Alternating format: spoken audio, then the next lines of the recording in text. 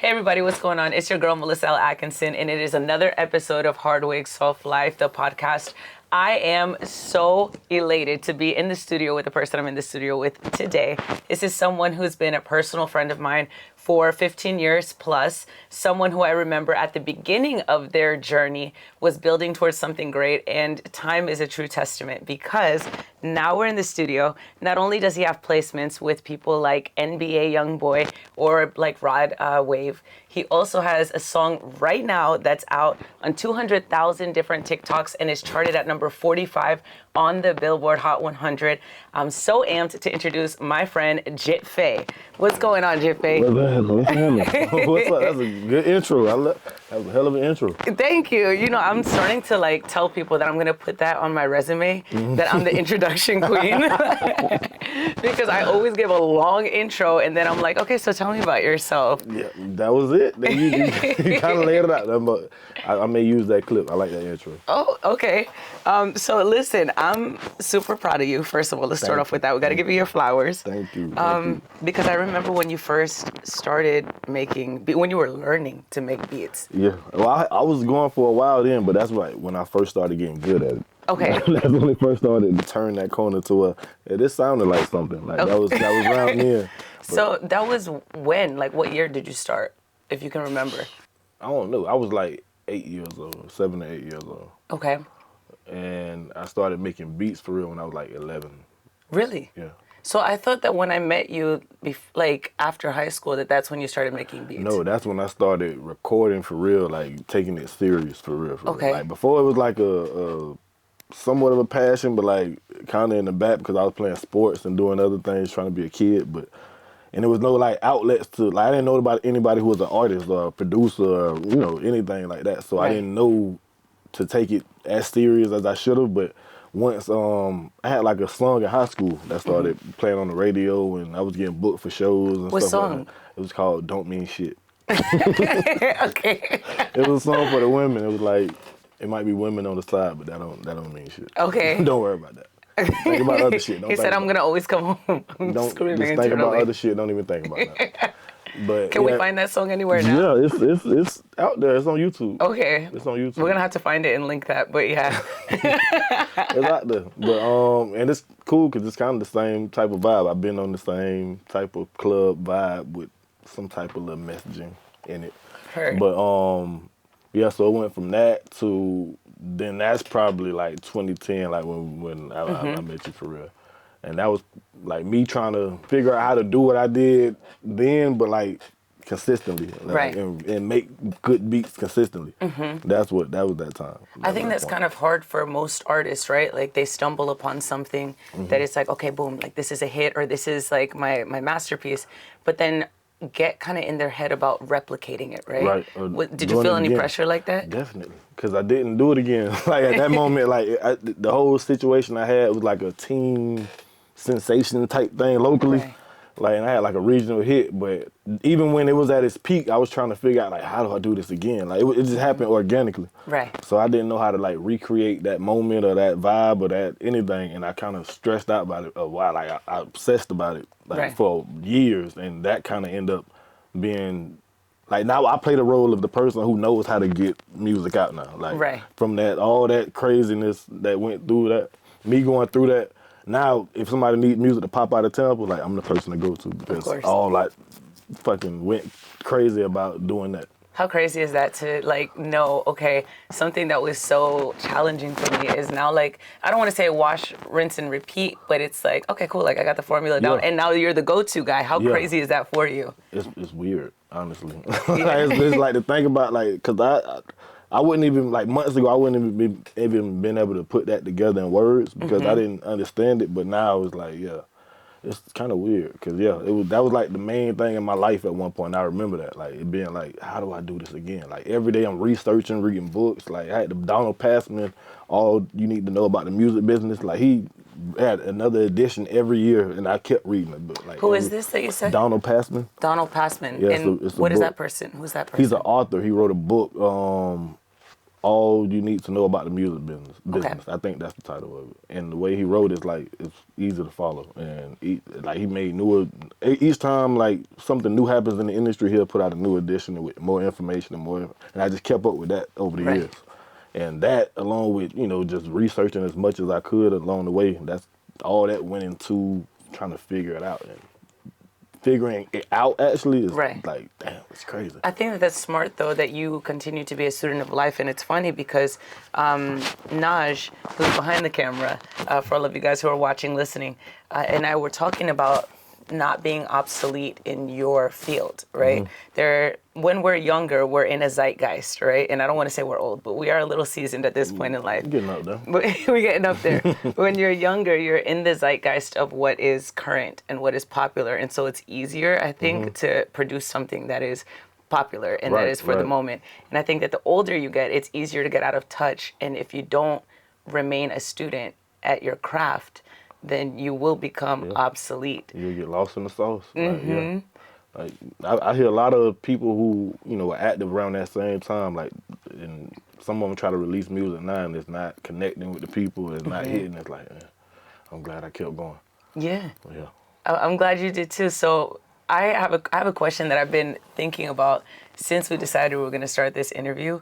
So I'm curious about, like, obviously we know that you rap. We know that you produce music for, hip hop, kind of genre and rap.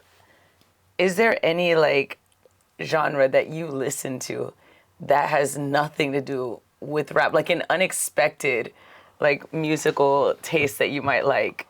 Well, it's a new one, country. But that's like new, like Ella Langley. Okay, yes. Yes, is she the one that sings a song about Texas? Yes, Choosing Texas. I love that song. It's a great song. I really love that song. But the only reason I listened to it is because it was like the #1 song. Like it was killing Motion Party. And I was like, what is this song like that's keeping us from the #1 spot? And I went to go listen like with biased ears too. I was hating the whole time. Like, what is this? Like, come on now. Next thing you know, in there jamming to her. Like, damn, hold on. It took me into her album, and then I listened to a couple other artists that was, similar. As it happened on the DSP, the streaming platform. Yeah, like similar artists, and just let it roll. And I'm like, okay, I like some of this new country. Yeah. You know what's funny is I've always had this theory about country music versus rap, and it's funny because, obviously, or like just black music as a whole, right? So obviously black people originated country music, that's just how it is. And then now there's like, you cannot, if you're from one world, you can't intermingle, right? Like that's a whole thing. To like Shabuzi. Exactly, right? So I've always said though that it's so contradictory because if you think about it, both genres of music are backed by a culture. Both genres of music have their own channel even. Both genres of music are sharing stories, sometimes of sorrow, just of life experiences. And that's what I noticed. Like it's the same. Damn near R&B. It's like I could hear Mary J. Blige singing. Exactly. But it might have been like Brooklyn. Choosing Brooklyn or something like that. Choosing Brooklyn is insane, but no, it's true. Like, you could even directly translate one versus the other one, but it is so funny. So Ella Langley. I think that's why the mesh of the two, like that's why it works. You remember back in the day when Nelly did that song with Tim McGraw, was it? Over and over again. That was a bop though. It's still a bop. But yeah, that's probably one that people wouldn't think I listen to. No. But that's new. Everything else I probably listen to, I incorporated, like whether it's reggae or EDM or anything, house music. I've incorporated it into like whether I sampled it or replayed or just inspired by it. It made its way to music, but not that country yet. No, I think that that's awesome though that you're going into different genres because I feel like that helps a lot. You can't just be one-sided. And so as a Florida producer, as a Tampa producer, particularly, I know that you incorporate the Tampa sound because I hear the cowbell all the time. You have to have the cowbell. It is so funny because as a Hispanic person too, there's a cowbell in all salsa music, and if you don't have the cowbell, it's just not. You got to move. It make you move. There's something about that cowbell make you move. How do you feel knowing that you're a person that's been evolving that Tampa sound? Because we obviously grew up with Tampa music, but like. I love it, like, because just for that reason. I grew up on it. I remember like the feeling it gave me growing up, like when I heard Tampa music, like, and when I was younger, I thought these songs were big in the whole entire world. Like I didn't know they were just like local music. So I kind of want to get a kid, like the people coming up here, and you know, even people going out to party or whatever, give them something to vibe to the same way we did. Because a lot of the music at the time where I kind of got going for real, like what 2017, 2018, like in the local market where it started to really connect, it was a lot of killing music, drill music going on. Like, so even the young artists here were making a lot of drill music. So I'm like, damn, like that's different. Like we ain't getting the same vibes. Like, it's block parties going on, but there's no new music being played. Right. So I seen a void there. So I love it. And then I'm seeing like young producers who was producing drill music and stuff, like my producer homies. They asking me, hey, how you get that? Like, how I make that type of beat, or how I do that? So I'm seeing it start to spread, and yeah, I love it. I love it. No, same. Like it's so funny because my husband is from Virginia, right? And so he has no idea about Tampa anything.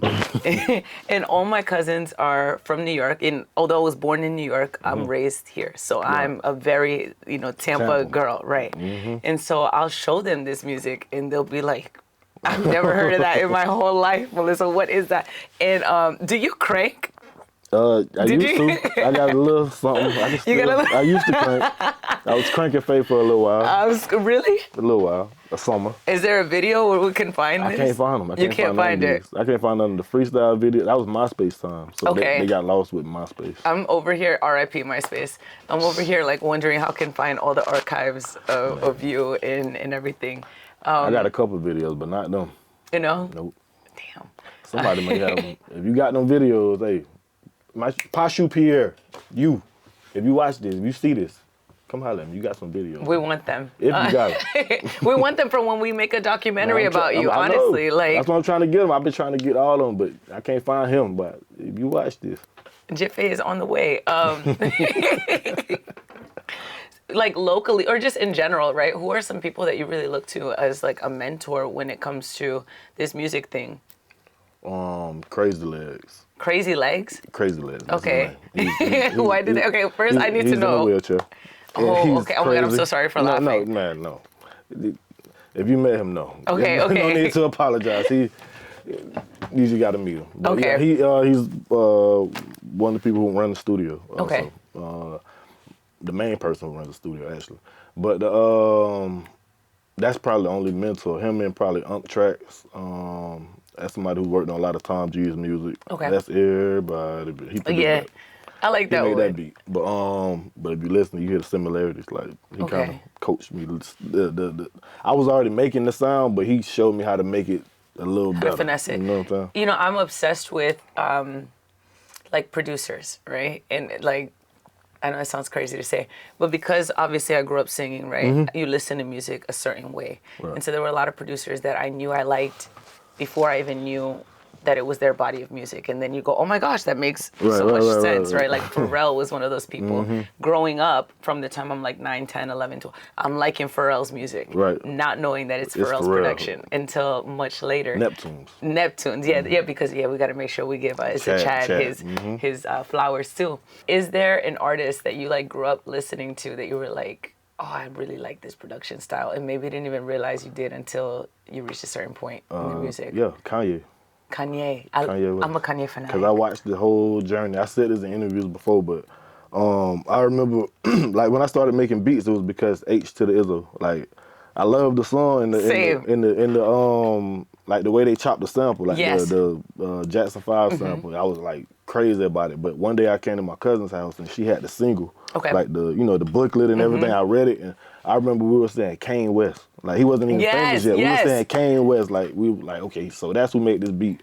And then I remember watching his whole journey and everything. But I was loving the beats before I even knew who he was, even how to pronounce his name. So when it happened and it came to, okay, that's Kanye West, and watched his whole journey, like that's been, I call myself Street Kanye. Honestly, like I feel like the relationship that you have with your mentor that you said is kind of like no ID to Kanye West. Yeah, definitely. And I think that it's great that someone mentored you, showed you the way, and then you're probably perfecting it and showing everyone like, hey, this is what this sound is, and this is what this region is. Because very akin to Kanye West, there were artists from the Chi, but Yeah. it was mainly, especially in that time, like people from the North, like New York or what. Chicago wasn't really on the map like that. It was like more artists more than the scene. Like they had like a local thing going on, but like as far as household names, it wasn't not so much at the time. Yeah. Do you feel like you're putting Tampa on the map?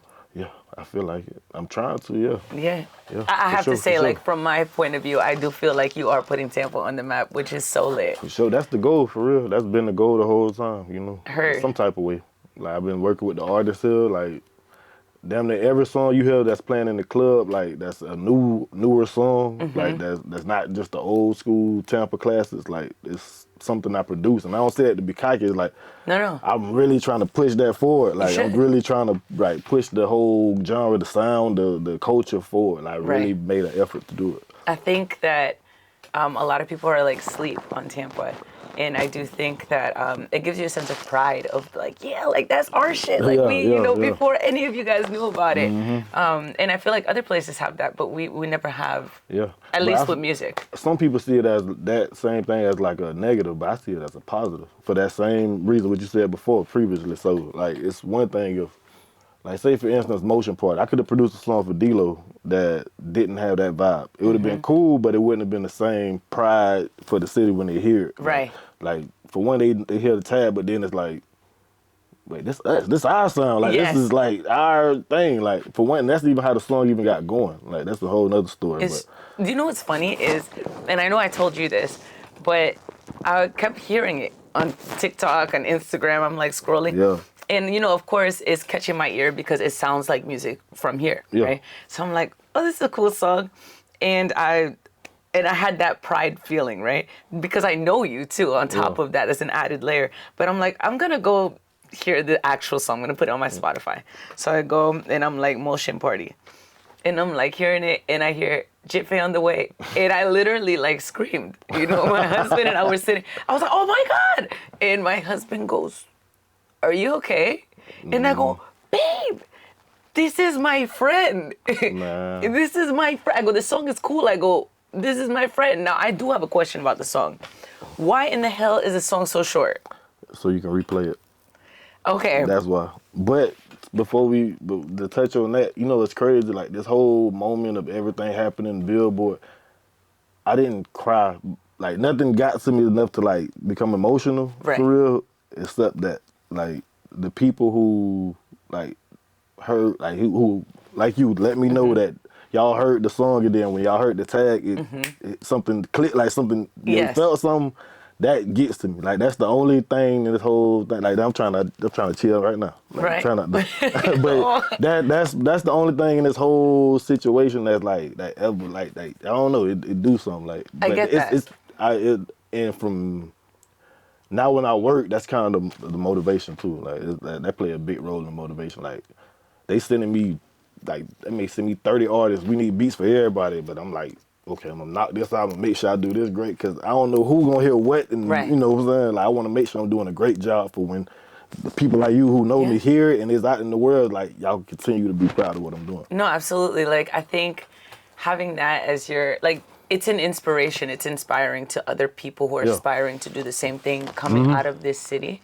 And doing it in a positive way where you're like, hey, I'm spreading this sound, the regional sound to everyone. And also you're a great person. Like I know you on a personal level. And you're a great person, you're wholesome. Well, you're a great person.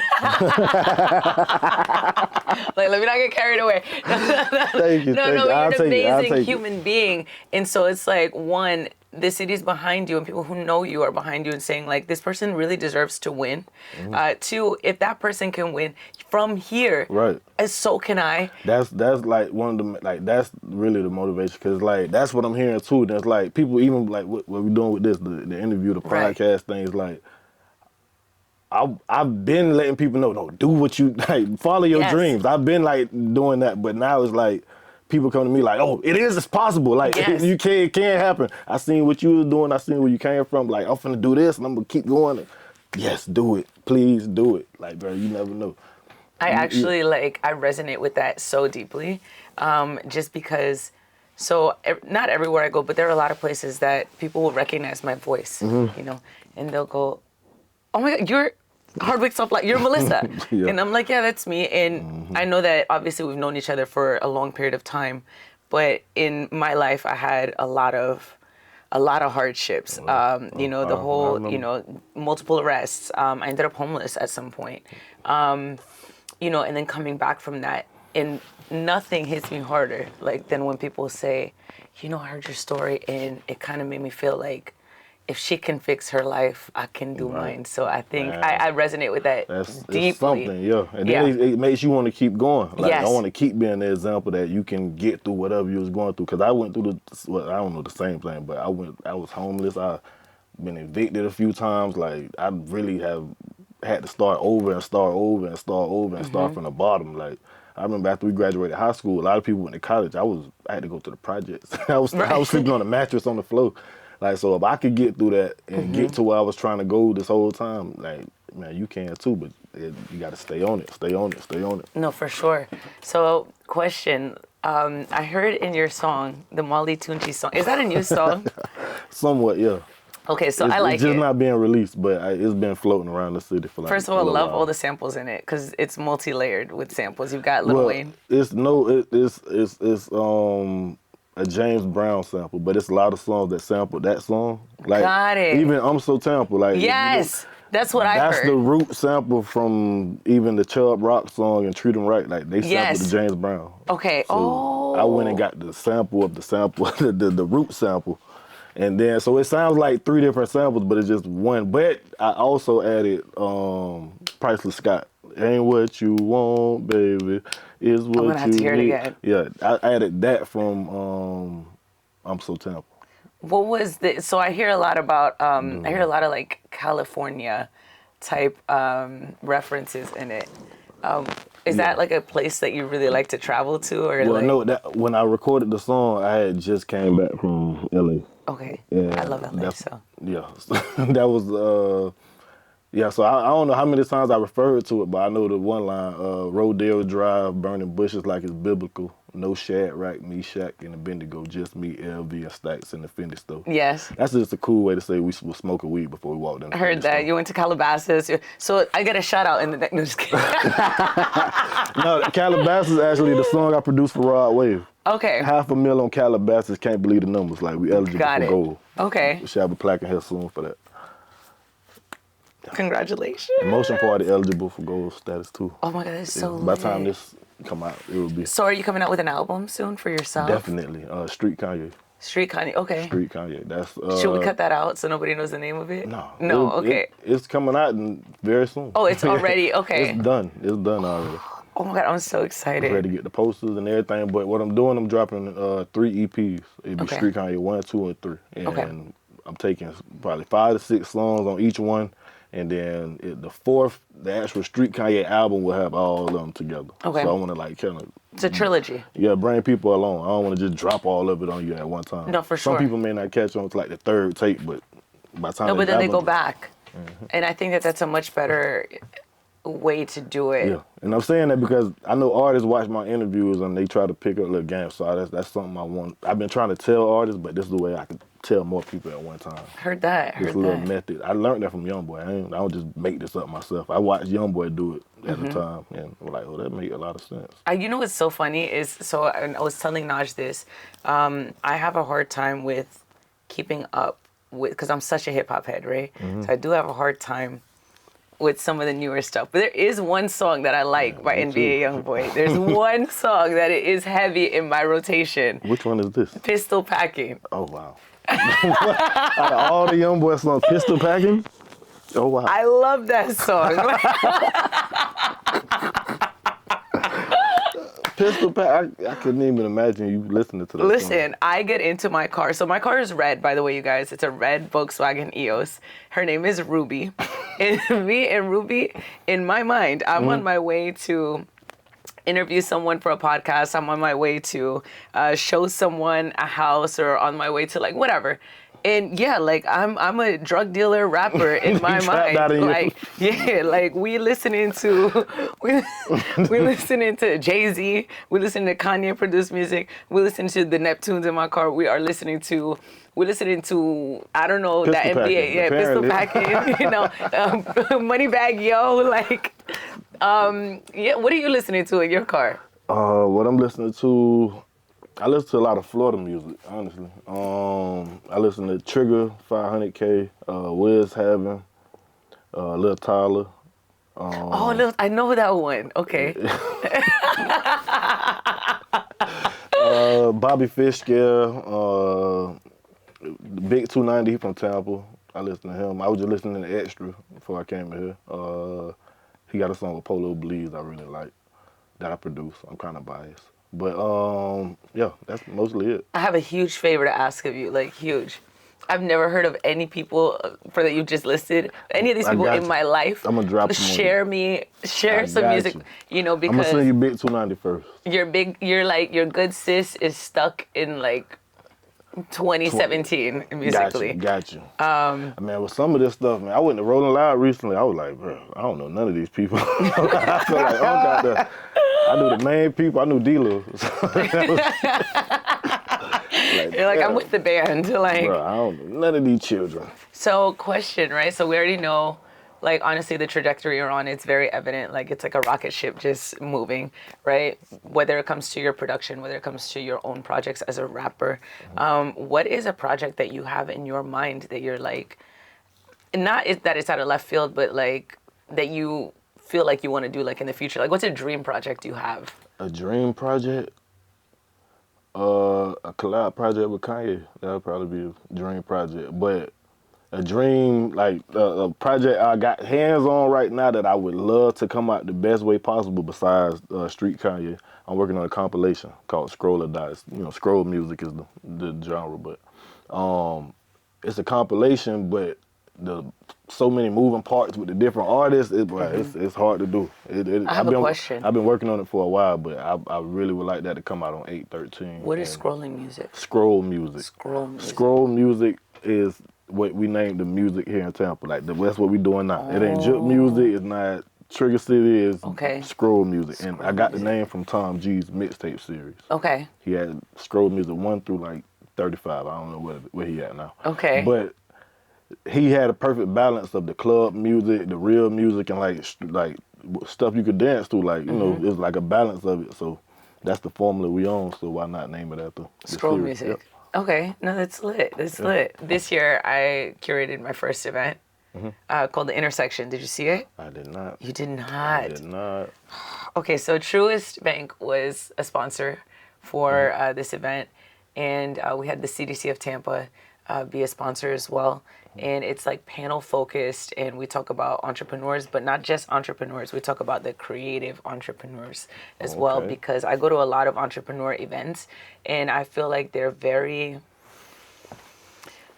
stuffy sometimes. And I feel like as a creative as well, like maybe I don't fully fit, and especially as a multi-hyphenate, right? That's the whole thing. It's like I do more than one thing. So when people are like, oh, well, what do you do? I'm like, well, I have a podcast, I got this, I got that, I sell houses, you know, whatever.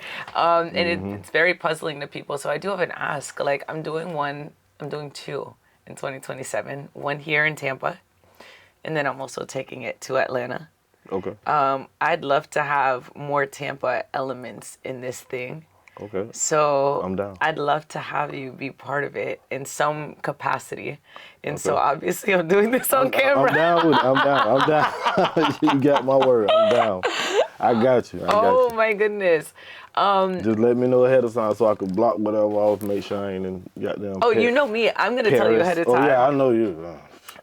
You gonna make sure time, date, be there, time. Because I'm a psychopath. When I came out with the first one, I was asking people in October. I was like, hey, what are you doing in March? And they're like, whoa.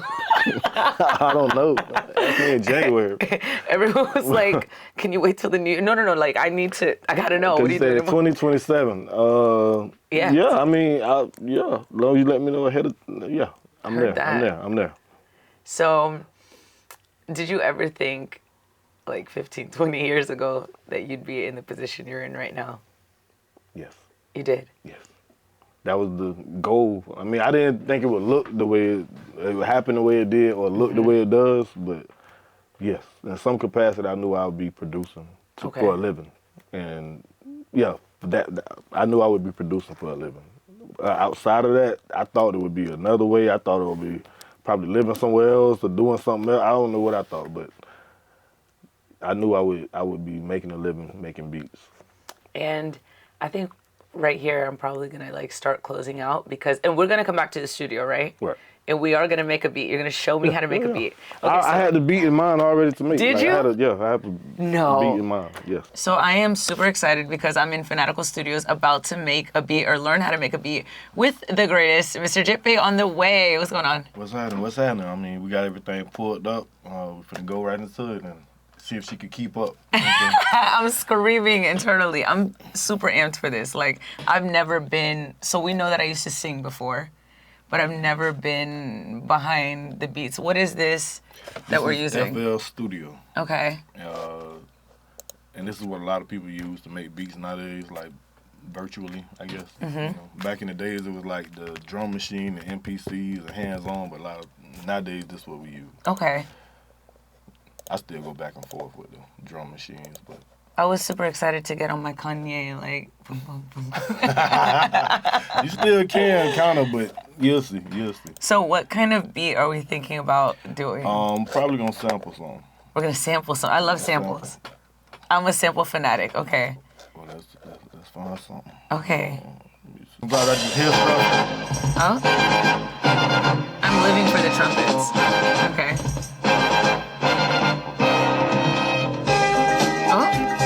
Okay, this is very funky. Who is Billy Cobham? I have no idea. Okay, we have no clue. It was a song I used to like by Memphis Bleak and Joe Button and a lot of people on the song, but it was... Is it Pump It Up? No, it was produced by Clinton Sparks. Okay. It's called Rock Cafe. And what I'll do a lot of times, like that song was it wasn't a hit. Okay. It was just like a mixtape cut that I love. So now what I do, now that I have the chance to work with like bigger artists like Adilo and, you know, people, young boy who could put songs to the masses. Right. I like to take some of the elements from those songs that I love and throw them back out there. Like, give it a chance to. Yeah, no, it's recycled. And it's recycled goodness. So, okay. So it's for a reason. It'd be a method to the madness sometimes. So some people will connect with it like, oh, I remember that. And the other ones will be like, oh, that's just dope. I also feel like it brings the new generation to like stuff that may have been forgotten. That's what you... And then I don't try to hide where I got it from. Like, I say the inspiration so they could go back and listen to the song I was inspired by. So that song, was this the original sample for that song? This was the original sample for that song. Heard. So now I'm gonna go back in and...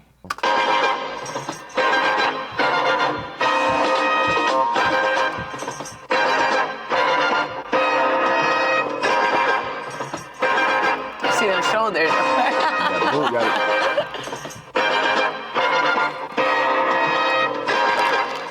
Building up pretty much the hook. Like, this will be the hook part. So I'll build up everything and we'll go into the verse. But this amount of space, I'm doing it in double time.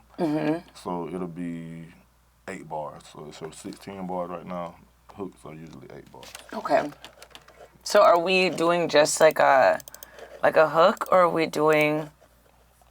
Or like a whole song? Like, what are we doing? No, I'm building... I start with the hook. Like, build up the hook first. Cause that's usually what has the most sounds and like, the most instruments and stuff like that. And then you'll drop stuff out when the verse comes. Okay. Percussion, just to get the bounce kind of going. Okay. Distorted? Yeah. Jumanji. Oh, that's that new thing, that distortion thing. Well, I mean, not so new. Well, for me, it's new. It's new. So this is what people would be doing on one of those beat pad machines, right? Okay. Yep, pretty much. Well, in the sample, it would have been just chop the same way. Right. Close hi-hat. Okay. So what is close hi-hat? When you hear a new beat, right? Like from a rap song or anything, can you break it apart in your mind a little bit? Okay, so you hear it more in segments. Yeah, I break the beat down completely. I don't know how to listen to music without doing it. I wish I could. That makes sense. It's been like that since I was like 11. Heard. Pump It Up was the first song I did that with. That's weird you mentioned that earlier. Yeah, I love Yeah. it. Well, I think that one's such an intricate one too. Yeah. Man, Just Blaze did his thing. But Yes, Just Blaze. Oh, I remember being Just like Blaze. at the rec center or something, and I would listen to it on headphones like, okay, that's the synth, that's the drum, that's the snare. Oh, shit. Like, yeah, I remember the day it happened. All right, here we got the Gangsta 808 powder.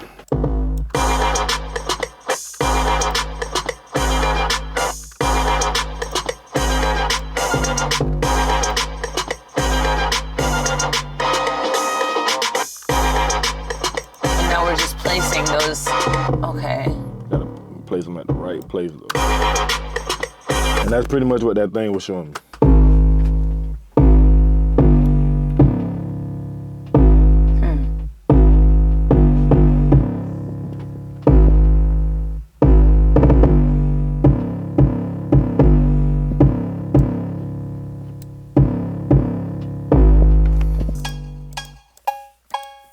And it's like I said in, the first part of our interview, as a Hispanic person, right? Like we hear the cowbell and salsa, so I need it in my hip hop too.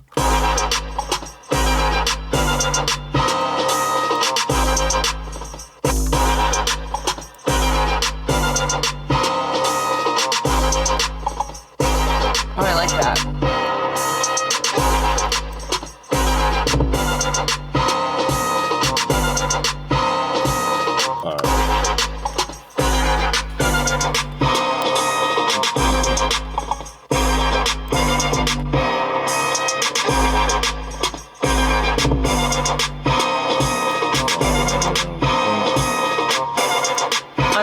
How many elements do you add? Probably about 10. 10, okay. Some beats be like 3. Some Okay. on 5, some on 20. It depends. Motion Party had a lot of shit. It was bet. a lot of percussion and shit, like on my end.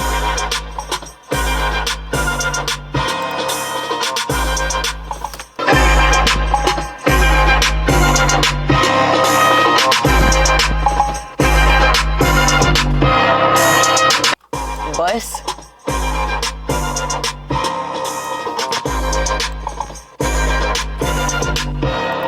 Hey.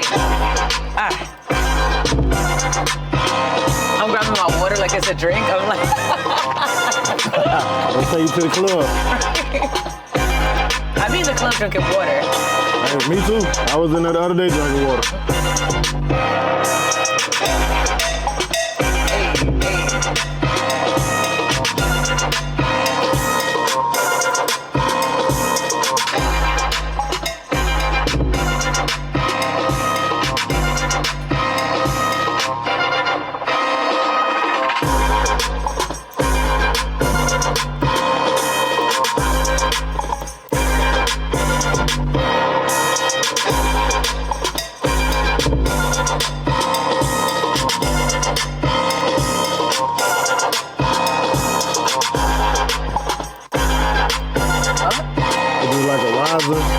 A transition sound effect.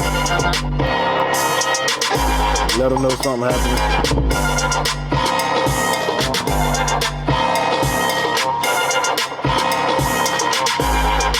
That's boom. So if the verse is coming in, I probably would do something like this. Just to let them know it's something.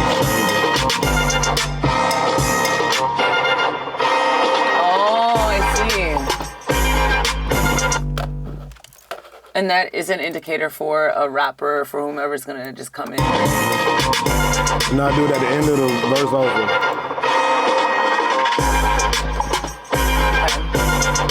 And that's a trick to not, like, because a lot of times people do like this. Hold on. Hey. Verse will end. Then they'll drop this out. They'll drop the drums out for the verse and then let them. Got it. Oh, I like that. It's cool, but hold on. On some songs, you want the vibe to just keep going instead of saying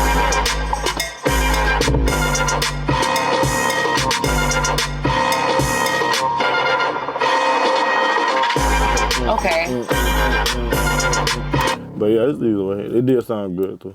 I like, I always call it like an acapella, right? Because that's when you just hear the person's voice. Yeah. I thought I liked that better until you showed me the other one. But what I'll do sometimes, if that happens, because I test it out how I just did to see what sounds better. And I just do one for the first verse and the second verse will be different. Okay. I do what I just did. Like, let me see. Boom, boom, boom, boom, boom. This is what you get.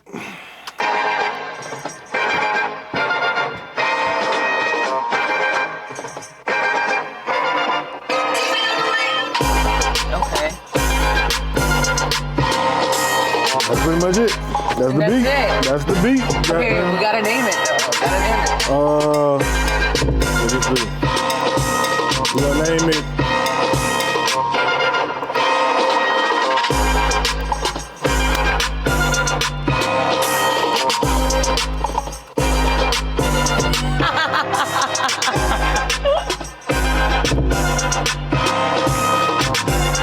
Hard Wig Soft Life.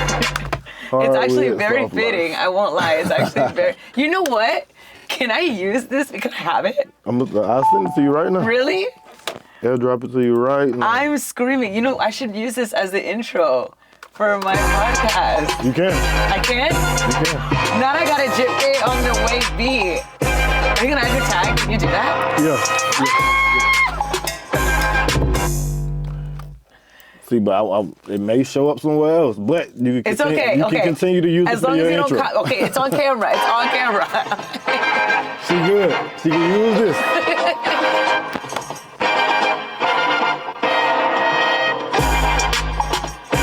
Hey, oh, it's so lit, and it's so cool because you just made it. It's it's Tampa. It's Tampa. You know. It's very Tampa-ish. You know. And this is how I add the tag. Boom. Gotta go to right before the beat drop. About right there. Pitch it up. Oh yeah, and maybe you can hear it now.